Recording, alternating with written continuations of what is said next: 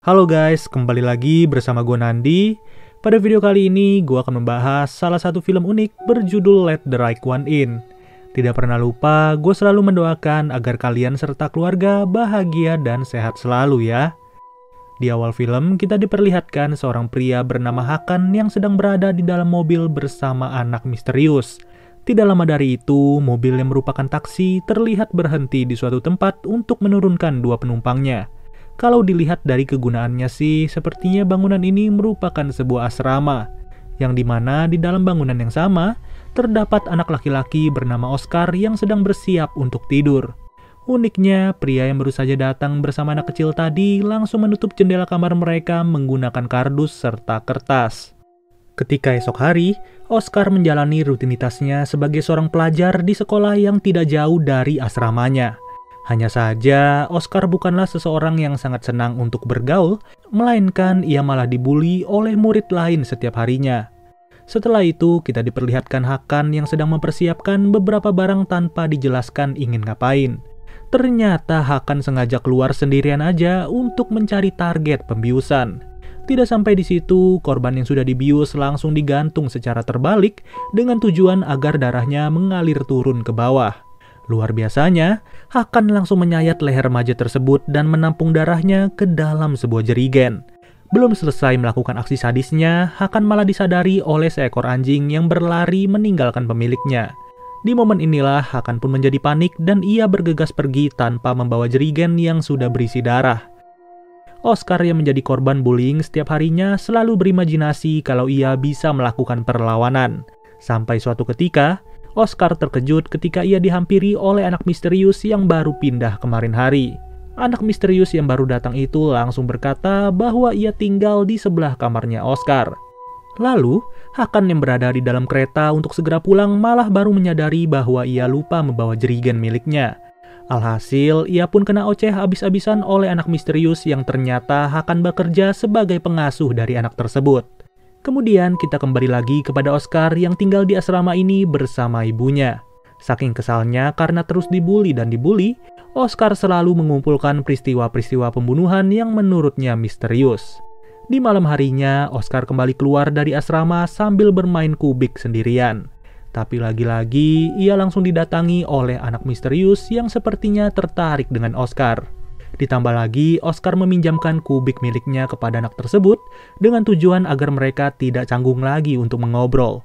Herannya, Oscar yang berada di dekat anak itu mulai mencium bau yang lumayan busuk dari tubuhnya. Bahkan, anak tersebut tidak menggunakan jaket sama sekali dalam kondisi yang dingin seperti ini. Tidak perlu ngobrol panjang kali lebar, Oscar pun langsung meninggalkan anak tersebut dengan alasan ia ingin tidur. Dari sini, terlihat anak misterius itu seperti kelaparan dan tidak diberi makan berhari-hari. Pada saat itu pun, ia menyamar sebagai anak terlantar untuk memancing orang yang lewat di jalanan. Yang ternyata, anak misterius itu langsung menyerang pejalan kaki dan menyedot darahnya tanpa ampun. Kalau kayak gini sih, bukannya lapar karena nggak makan nasi, melainkan anak tersebut sudah berhari-hari tidak merasakan darah manusia. Lalu, tindakan nekat dari anak itu membuat Hakan marah-marah dan terdengar oleh Oscar. Tidak ingin cari masalah, Hakan langsung menyeret jasad si korban dan menceburkannya ke dalam genangan air. Saat esok hari, Oscar bergantian menghampiri anak misterius yang terlihat sudah menunggu di depan asrama. Tanpa disangka, mereka sudah semakin akrab dari yang sebelumnya, apalagi anak tersebut terlihat sudah mandi dan membuat Oscar mendekat. Dalam situasi seperti inilah, Oscar mulai mengetahui nama anak perempuan itu yang ternyata bernama Ellie. Tapi, ia tidaklah menjadi murid sekolah seperti Oscar, melainkan Ellie hanya dititipkan untuk tinggal di asrama. Ketika hari berganti, Oscar yang berada di kelas terlihat sedang menghafal kumpulan-kumpulan sandi Morse. Hanya saja, kegiatan barunya itu membuat murid-murid yang hobi membuli Oscar menjadi geram. Jadinya, Oscar harus dicambuk tanpa perlawanan sampai-sampai wajahnya juga terkena cambuk. Kemudian, sandi Morse yang sudah dihafalkan oleh Oscar langsung diberikan kepada Ellie untuk dihafalkan juga. Bahkan, Hakan juga diusir dari kamarnya Ellie dengan tujuan ia akan mencoba sandi Morse bersama Oscar. Selesai mempraktekkan sandi Morse bersama-sama, Oscar langsung mentraktir Ellie sebuah jajanan di dekat asrama mereka. Awalnya, Ellie berkata bahwa ia tidak suka dengan makanan itu, Namun Oscar yang membujuknya membuat Ellie mencicipi satu gigitan. Dan hasilnya, Ellie langsung muntah-muntah saat itu juga di hadapan Oscar tanpa alasan yang jelas. Kembali lagi kepada Hakan yang sedang mempersiapkan barang-barangnya untuk mencari target. Pada malam itu juga Hakan beraksi dengan mengincar satu murid sekolah yang sudah selesai berolahraga. Tidak perlu waktu lama, Hakan pun langsung membius murid tersebut dan menggantungnya secara terbalik. Akan tetapi, baru saja ia ingin menyayat murid tersebut, keberadaan Hakan malah disadari oleh teman-teman dari murid itu. Sampai pada akhirnya, Hakan memutuskan menyiram wajahnya sendiri dengan kumpulan air asam yang sudah ia bawa. Sudah jelas perilaku Hakan membuat Ellie mendengarkan berita di TV bahwa Hakan sudah ditangkap akibat percobaan pembunuhan. Tapi untuk kali ini, Hakan sedang dirawat di salah satu rumah sakit akibat luka keras di wajahnya. Mengetahui hal itu, Ellie secara diam-diam memanjat gedung rumah sakit tanpa disadari oleh siapapun. Lalu, Hakan yang terbaring lemas pun melihat kedatangan Ellie yang menghampirinya pada malam itu. Luar biasanya, Hakan langsung membuka selang oksigennya dan ia membiarkan Ellie untuk menyedot darahnya secara gratis. Ya, sudah jelas setelah Ellie sudah kenyang menyedot darah Hakan, jasad Hakan pun harus terjatuh dari ketinggian seolah-olah tidak ada artinya lagi. Saat hari telah berganti, Oscar bersama teman-teman kelasnya diajak guru olahraga untuk bermain di hamparan salju. Mau gak mau, Oscar hanya mengisi waktu sendirian aja tanpa seorang teman yang menemaninya. Yang bikin kesel, 3 orang murid yang sama selalu membuli Oscar dan masih saja tidak puas untuk mengganggunya. Untung saja di momen kali ini Oscar terlihat lebih berani dan ia pun langsung menghajar si ketua geng dengan memukul kupingnya sampai berdarah. Di sisi lain, terdapat 2 orang murid yang sedang kencing dan mereka seperti melihat sesuatu yang mengerikan. Ternyata, terdapat jasad seorang pria yang diceburkan oleh Hakan beberapa hari lalu. Terlihat jelas pria itu sudah membeku seperti bongkahan es dan langsung dievakuasi pada saat itu juga. Beberapa jam setelahnya, Oscar yang sedang melakukan pengambilan nilai renang terlihat sedang ditemani oleh Ellie dari luar. Setelah itu, ia mengajak Ellie untuk nongkrong di salah satu gudang sekolah yang cenderung sepi dan tidak ada orang sama sekali. Di tempat inilah Oscar sengaja menyayat salah satu jarinya sampai berdarah dengan tujuan ia akan mengajak Ellie untuk membuat janji pertemanan. Hanya saja Oscar tidak mengetahui bahwa Ellie sangat-sangat tergiur ketika ia melihat darah. Saking tergiurnya, Ellie pun langsung menyantap darah Oscar yang menetes sampai-sampai tidak tersisa. Di titik ini, Ellie sadar diri bahwa keberadaannya dapat membahayakan nyawa Oscar. Maka dari itulah, ia sengaja pergi dari tempat tersebut dan mencari mangsa di tempat yang lain. Sampai suatu ketika, terdapat sepasang suami istri yang sedang bertengkar dan si perempuan langsung disergap dari atas pohon oleh Ellie sendiri. Singkat cerita, perempuan yang sudah terkena gigitan dari Ellie masihlah hidup dan berhasil diselamatkan. Namun, ia pun terkejut karena kulitnya tiba-tiba hangus apabila terkena sinar matahari. Ya, bisa dipastikan perempuan ini sudah tertular virus vampir dan menjadi haus darah dalam seketika.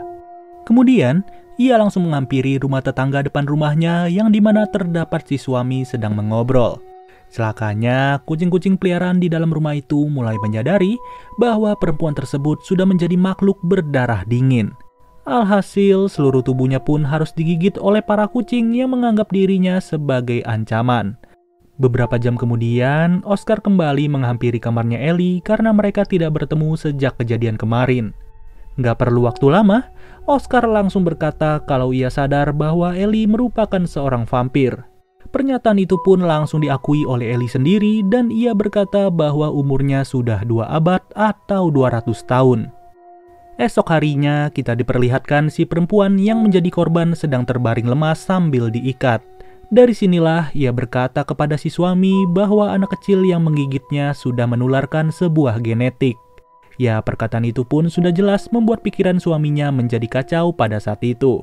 Apalagi perempuan tersebut malah sengaja menyuruh dokter untuk membuka hordeng jendela yang ujung-ujungnya membuat perempuan tersebut langsung terbakar habis karena sinar matahari. Maka dari itulah jika kalian sadari, Ellie tidak pernah beraktivitas di siang hari, melainkan ia selalu keluar pada saat hari sudah gelap. Di malam harinya, Oscar yang sedang sendirian malah dihampiri oleh Ellie yang ingin mengobrol. Namun tiba-tiba, tubuhnya Ellie mulai mengeluarkan darah secara mendadak sampai sekujur wajahnya juga berdarah. Entah apa alasannya, tapi yang jelas Ellie berkata bahwa itu adalah respon tubuhnya ketika ia menahan diri untuk tidak menyerang manusia. Saat hari telah berganti lagi, suami dari perempuan yang sudah tewas terbakar mulai berencana untuk balas dendam. Kebetulan ia mengetahui lokasi kamar dari Ellie sendiri dan ia pun nekat untuk masuk ke kandang singa. Tanpa disadari oleh dirinya sendiri, ternyata di dalam kamar itu sudah terdapat Oscar yang sedang bersembunyi, dan begitu juga halnya dengan Ellie yang bersembunyi di dalam kamar mandi. Kemudian, tanpa berlama-lama, pria tersebut berniat untuk menusuk leher Ellie sambil membuka jendela di sebelahnya. Hanya saja, tindakannya itu harus terhenti karena ia terkejut dengan teriakan Oscar yang berada di belakang pria itu. Alhasil, Ellie pun langsung menyergap pria tersebut sampai-sampai Oscar tidak sanggup untuk melihatnya. Di momen inilah Ellie masih saja berterima kasih kepada Oscar karena ia sudah membantunya untuk menikmati darah segar. Ya, walaupun Ellie harus memutuskan untuk pergi dari asrama ini sebelum berbagai pihak mencurigai keberadaannya. Beberapa hari setelah kepergian Ellie, Oscar menghabiskan waktu sehari-hari dengan beraktivitas secara aktif di dalam sekolahan. Sampai suatu ketika di saat Oscar sedang berenang, ia malah dihampiri oleh 3 murid pembuli dan juga seorang kakak dari murid yang dihajar Oscar. Tanpa basa-basi lagi, si kakak pun langsung menantang Oscar untuk menahan nafas di dalam air selama 3 menit. Apabila Oscar mampu bertahan, maka ia akan menggoreskan matanya Oscar dengan sebuah pisau. Tapi sebaliknya, jika Oscar gagal, maka matanya harus dicongkel saat itu juga. Jujur aja, nggak pantas banget sih kalau badan setinggi itu harus berhadapan dengan anak seusia Oscar. Di saat Oscar sudah bertahan selama 1 menit, ia sama sekali tidak menyadari apa yang terjadi di atas air. Mau itu ada potongan kaki, potongan kepala, dan juga potongan tangan, Oscar masih aja merem dan enjoy menahan nafasnya. Sampai suatu ketika ia ditarik oleh seseorang yang ternyata sosok tersebut adalah Ellie. Bisa kalian lihat sendiri, murid-murid so jago yang membuli Oscar sudah dibantai habis terkecuali 1 murid berjaket coklat. Dari kejadian itulah Oscar pun sudah keluar dari sekolahnya untuk pindah ke kota lain. Tapi tidak ada seorang pun yang sadar bahwa ia membawa Ellie di dalam sebuah kardus dan mereka berkomunikasi menggunakan sandi Morse. Jujur aja bagi gue sendiri film ini keren banget dari segi nuansa dan juga ceritanya. Walaupun asal-usul dari Ellie sendiri tidak terlalu diperjelas, tapi tetap aja nuansa tegangnya cukup berasa pada saat kita nonton. Oke deh guys, mungkin segini aja pembahasan dari film Let the Right One In. Sampai bertemu lagi di video berikutnya. Gua Nandi cabut dulu. Dadah.